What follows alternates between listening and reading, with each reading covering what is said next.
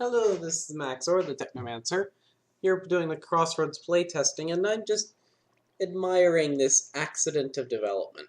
This is what molten copchoium looks like when placed into the world. See, I took the texture from the molten copper.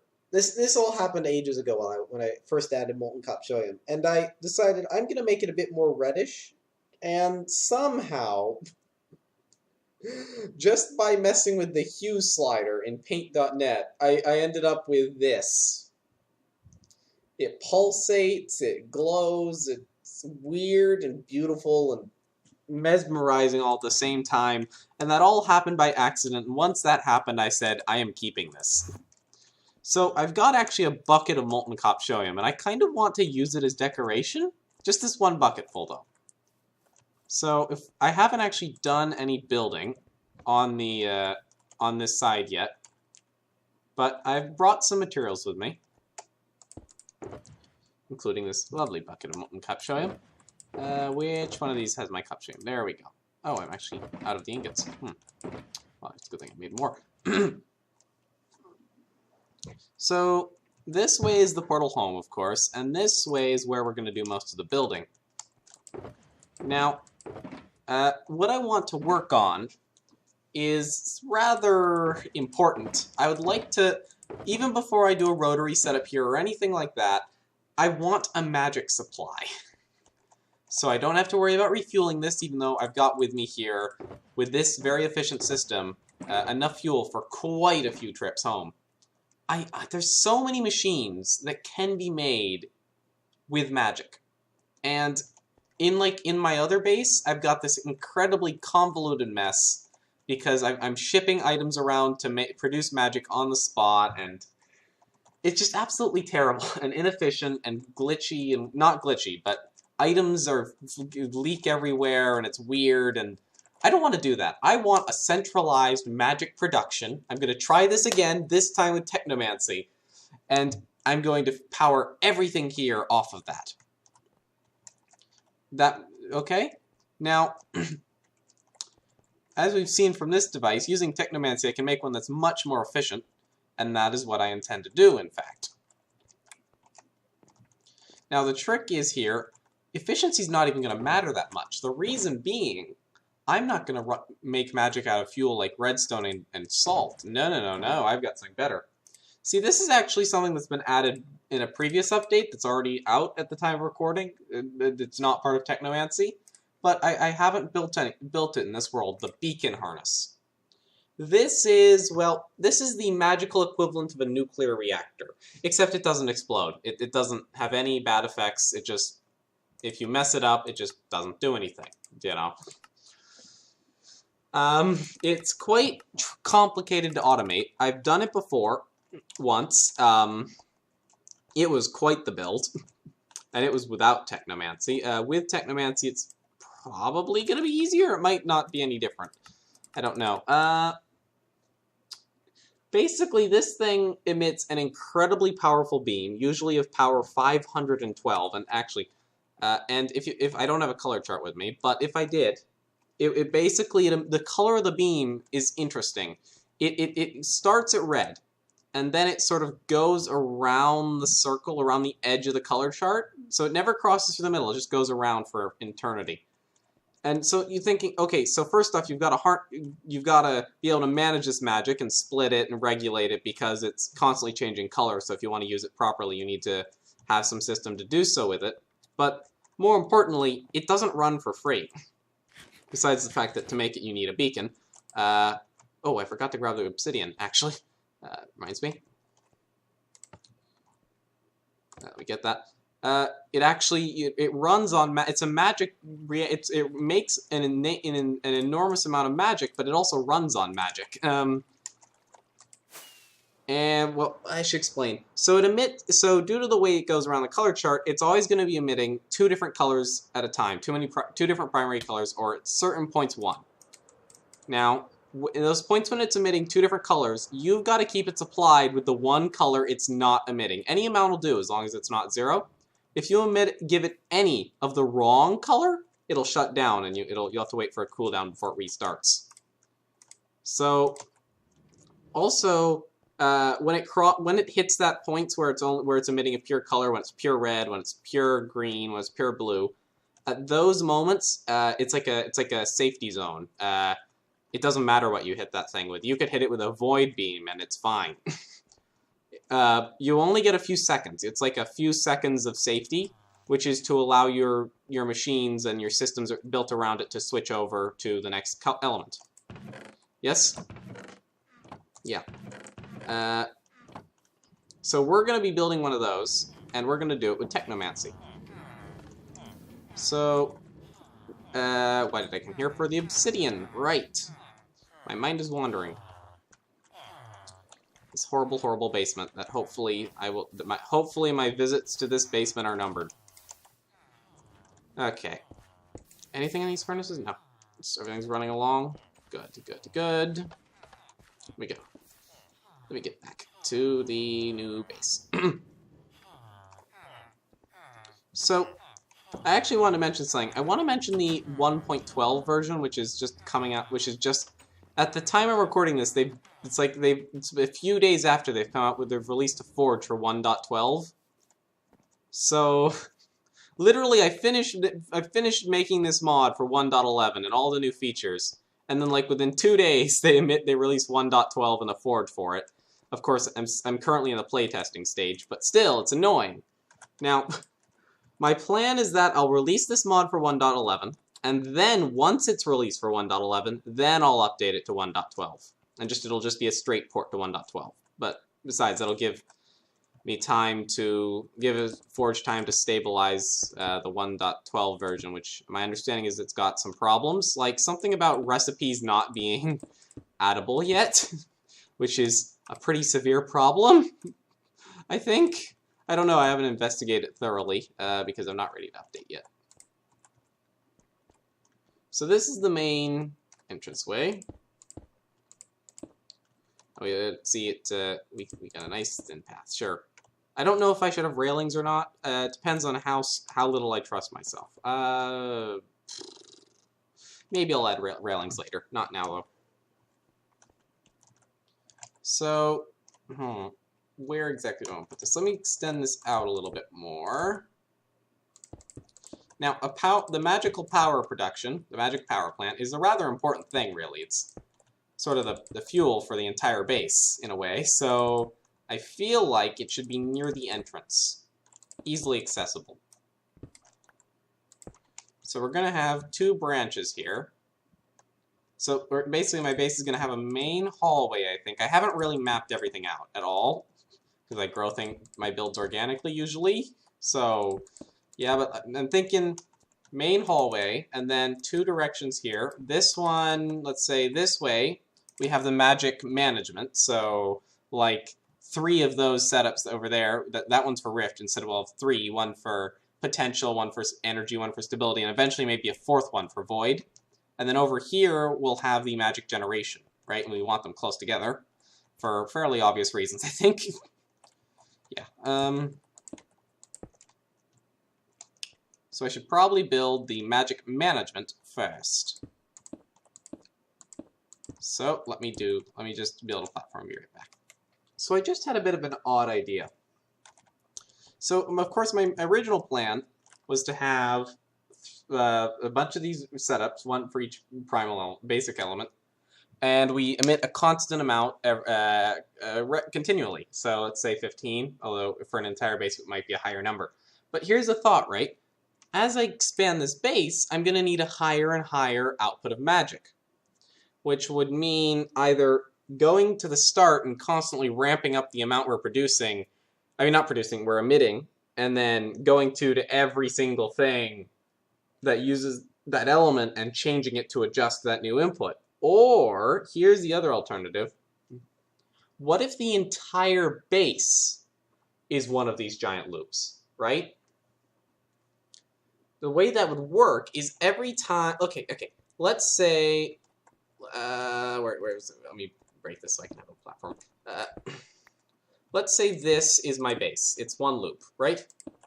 Magic can be inserted anywhere into this loop, right? It goes around. Now, let's say I need... So, sure, we insert it here. And we can insert some over there, and whatever. Now, let's say we need to draw out 5 potential, because let's say this is a potential loop. Let's say we need to draw out 5 potential over here. Well, we don't know, well, we can't just, with this design, we don't assume that there's a certain amount constantly flowing through. We don't assume that we're getting 7 here, or 12, or 93. What we'll do instead is every single time we want to draw out, we have another one of those measurement setups that draws out the exact number we need. So while that makes it a bit more difficult to add, here's the reason for this is, it becomes, every time we will want to add something, it'll be a bit of a hassle, because we've got to make another one of those setups that just hooks into the main loop, and I'll come up with some sort of standard one that's very easy to build, I guess. Now, if I were to do just one with a constant input, then every time I added something new that draws from it, I'll have to go through and increase the amount we send out every 5 ticks, and then go to every single thing along the line and reconfigure it, and it would just be a huge hassle. So instead of it becoming harder and harder every time we add something new, we make it a constant difficulty, right? And also, we don't really have to worry about a return line because the whole base is also a return line. Right, that might just be the best way to do it, in which case we wouldn't really have a magic regulation room, so that wouldn't be necessary, really, because the whole base is 1. Instead, I suppose this region can, I don't know, for now it's just going to be an experiment zone while I try and come up with a good design that's very compact for that. Okay, so I think I've got it. Let me just explain what I've got here. So, magic will be separated into the 4 elements, for now 3, and each one shall be transferred vertically like this, in and back, and things should draw power from from the inline, just to make sure there's no accidental early looping. Let's just say for the bottom one. Now, I've represented a certain block with a stone brick here, but I'll get to that. So we put this through a lens holder, we measure it with a ratiator in divide mode. So we just measure it. Now this keyboard is your constant. In this keyboard, you need to have, hold on, I've got a note here. You need to have the number, which is, sorry, oh lovely, I've lost the bit. Hold on. You need to have 15 times your goal. So if I want to get a constant of 3 potential, and this is the potential loop, I'll put 15 times 3 in this thing, which is 45. Right. So this thing would, in that case, have, not instead of that, 45.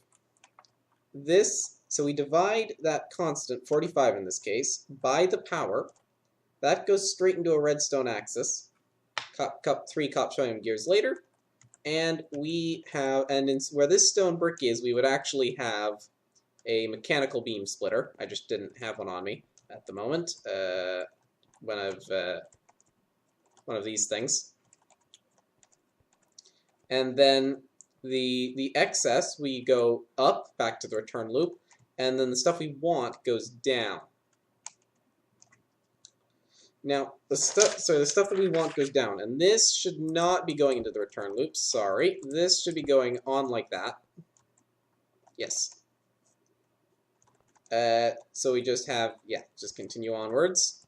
This, sorry, is not exact. The top one doesn't have to be included. This just is to represent that there is a return loop. So eventually we get to the final thing in our base, and then it just, okay, send whatever you don't use back in some unused line all the way back to the start for storage. Recycling, after all. Gotta remember, this message is paid for by the committee to recycle magic blue lasers. Not the green and red ones, though. Waste those. No. Don't waste those. Hold on, so this is the design I've come up with, in which case we don't need this platform for magic management, because the whole base is magic management, as it were. And this whole build is pretty cheap on the Copchoium. The only Copchoium used is in the form of, well, 2 ingots for the mechanical beam splitter. This thing. And 3 Copchoium gears, which, well, they're like an ingot and a half each, so a few ingots each of these. So yeah, but once we get Copchoium properly automated, which will require a proper magic setup first, Copchoium won't be too much of a problem, especially once we get to making it from distilled water. But that's a ways down the line. All right, so we're already 15 minutes into the video, but dang it, I want to achieve something this episode, so we're going to achieve something, okay? And that's an order. That's an order, yes. Okay. So, let me get the materials ready, and we're going to probably have a long episode as I try to build a beacon harness setup. Oh, I should mention, I'm thinking that the return line, we should just mix all the elements together, except for void. That needs to be separate. And just prism it back at the start. Yeah. I guess I'll convert this into the generation room. So, I'd just like to point out that I initially put in only 16 redstone and 16 salt. And I've used this portal quite a few times, and it's only now that I actually have to refuel the thing. It's very efficient, built properly. Yeah, so I'm just going to put 40 of each now. You might notice how one of the beams in there is very, very thin, and you might think it's out of place. Actually, that means it's either incredibly weak or incredibly powerful, because once beams get above a certain power now, this is a change I made for certain reasons, it becomes very, very thin, like that, and then it stays at that thickness. There are several reasons, including it was getting ridiculously large, much bigger than like the size of the block space, and was looking really dumb. It didn't look good with certain things emitting huge amounts of magic, to why not, to I can think of all sorts of things. So let's say lore-wise that a certain amount of magic in a tight space, it condenses inwards like some sort of mega new magic gravity. I don't know. I don't care. It's just a thing. Okay, this is what a beacon harness looks like. It needs to be, you need a beacon, and then an airspace, and then this harness. And no, you can't use the beacon through the harness to double use it and like, oh, free beacon effect and magic. No. Now, it doesn't need any magic to start, so technically, yeah, but what doesn't last very long. So, and remember, ultra thin beam means a lot of magic in there. Yeah, you can see down here the numbers. Yeah. A lot of magic. We just need to make this thing run continuously. Also, you might notice those black lines on the model. I had to sort of do the... those aren't intended. They're sort of a byproduct of making a model which isn't just a full block, and also make a beacon not work through it. I do have a plan to fix it. I actually want to make a new model for this thing, which is going to look very similar without the black lines, and it's going to have things that spin and stuff, and it's going to have a sound effect and all that fun nonsense. But that's going to be a later update. And also, you see it draws like a white beam from the beacon. It's like it using power for the beacon. Okay. Oh, and you can see that there's like weird stuff going on. Yeah. Okay. Let's see if we can get this thing running continuously, shall we? So I've made quite a few things, some of which were quite expensive. Crystal prisms, beam splitters of the mechanical variant. Oop, misplaced that. There we go. Now, the thing about that delay, that safety cooldown I mentioned earlier for making the system be able to adjust, is it's not very long. It's only 2 seconds long. Now, if you remember, a second is 20 ticks, and each time we send a beam through a reflector, that's 5 ticks, which means 8 reflectors, or like 4 reflectors and 10 ticks of redstone delay. It goes. You use it up quickly. Just that time limit. Believe it or not. And that wasn't a pun based because of time, quickly. I mean, you have to be very careful not to waste it on dumb repeaters and such. It's part of the challenge.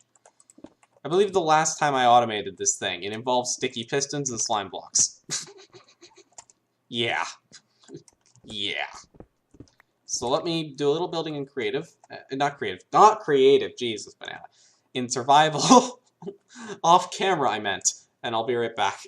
I think I found another bug with this thing. Watch closely while I click and drag. Oh, wait a second. I forgot. That's a vanilla feature. Silly me, that's a vanilla feature. Never mind. Never mind. Just ignore this second. Just like 2 minutes. Alright, I've got one of the 3 loops done. Now I need to do the same thing that I did for potential for energy and stability. But let me show you what I did for potential. Mind the giant green lasers. It's a little weird, but it works. So this thing shoots this mixed beam straight up, which we split in this prism. Now, each of the 3 beams of the 3 basic elements are going to be handled separately, though in an identical fashion. So I started with potential just because it's just the center. So the way to think about this system that I'm about to explain is currently the 2 parts are directly connected. However, when as we build the base, those 2 parts are not going to be directly connected. It's going to go through the entire base first before being connected. Let me just show. So the produced potential goes through here and into here. Yes. So we directly feed this into the power loop. This is the first part of the power loop. So part of the benefit of this sort of power loop that I'm creating now is that you can input or extract anywhere from it with no problem if you build everything right. So we're inserting here, and now this is the power loop. It's going to read how much is in here, right? And we're going to have it's a similar system to the one down there. This time the goal for the amount we want to send down is exactly 1. However, the tricky part is that we only want to send anything down at all if we are not getting any potential through here. Now, it's very convenient that the number 15 occurs a few times. Let me explain. So because we're doing not through here, we're inverting the signal. So it's 15 or 0. Now remember that equation I mentioned before? You set to get the redstone signal that you need to get the speed for this thing, which is in this case the strength of the redstone signal we put into this because it's just a redstone axis, is equal to 15 times the goal divided by the power that's incoming.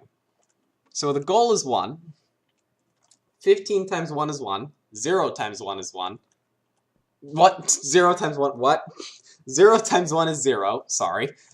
I'm insane. Sometimes.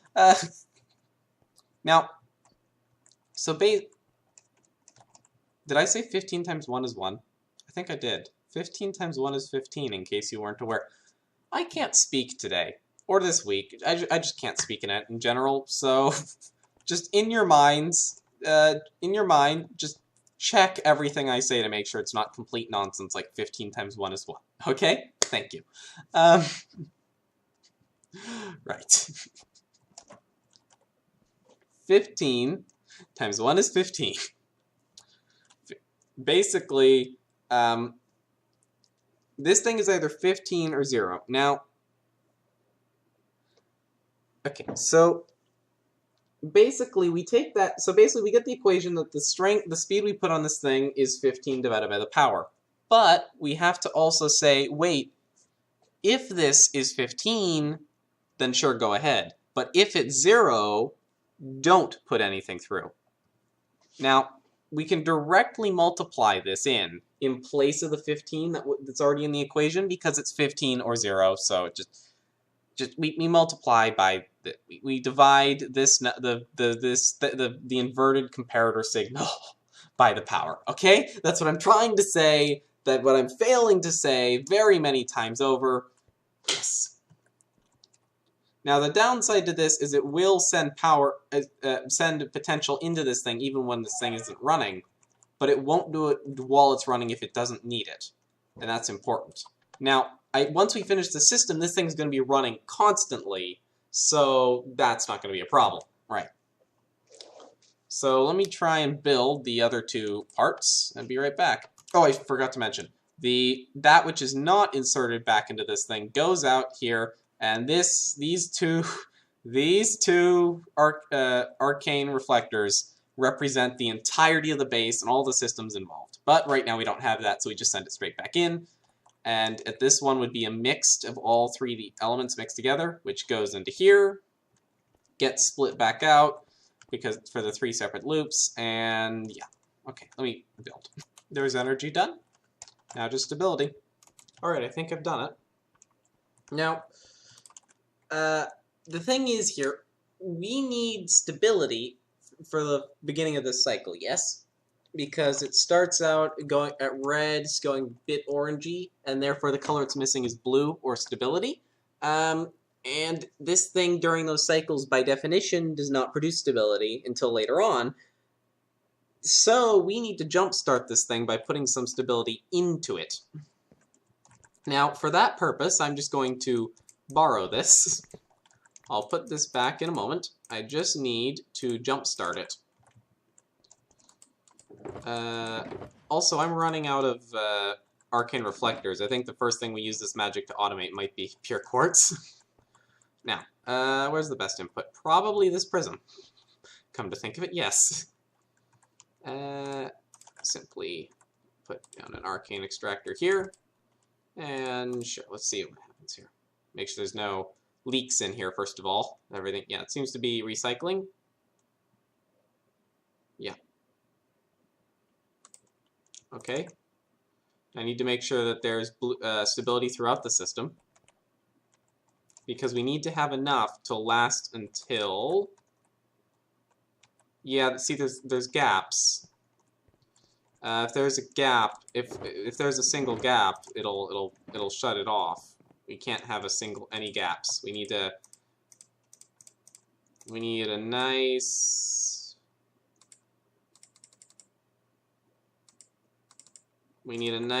evenly mixed. See if there's still gap. Let me get a stabilizer. I feel like using just a stabilizer so there's no gap. Okay, we're gonna have a small one. That's fine. Okay, it's not as good, but it'll do. Are we still gaps? It's not, small is not ideal for this. I think this will work. Okay, I hope that's enough. Turn it on. We just need for there to be no gaps. There's gaps. Yep, there was a gap. Let me get a large stabilizer. Because apparently I don't have any of those. No, I don't have enough pure quartz. I can make some more. Hold on. Hold your horses. And your cows. And your pigs. But not your sheep. Let those roam free. Paid for the committee to let sheep roam free, but all other animals be held. Look, gotta get money somehow. Yes. Right.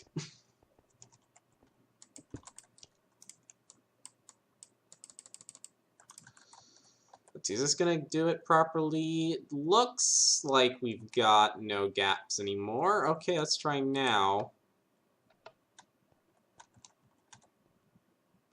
We just need this thing to go until we hit the blue, which I think should be soon. Assuming that there's nothing wrong with this. It seems to be working so far. Oh, it's turning blue. Oh, I think we've done it. Now, I just want to sit back and make sure that this thing does a full set. Now, everything is so high power now, pretty much, that we're down to thin beams only. Okay, now we've completed our first cycle. And if we just look at this thing, look at that number climbing. I mean, it's rising and falling because there's all sorts of individual beams being mixed up here, but on average, it's rising. Oh, look at this beautiful thing. And eventually, it'll be so high power that that'll be a thin beam there as well. Not quite at that point yet. Oh yes, I mean, some of the beams are thin because they are a power of 1, the ones going into this thing, but the ones coming out, and everything else, is not.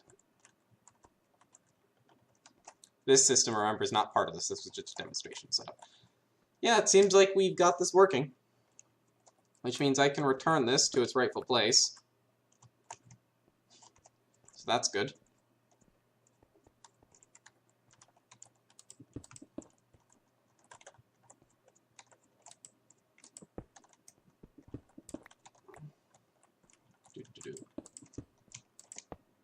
Well,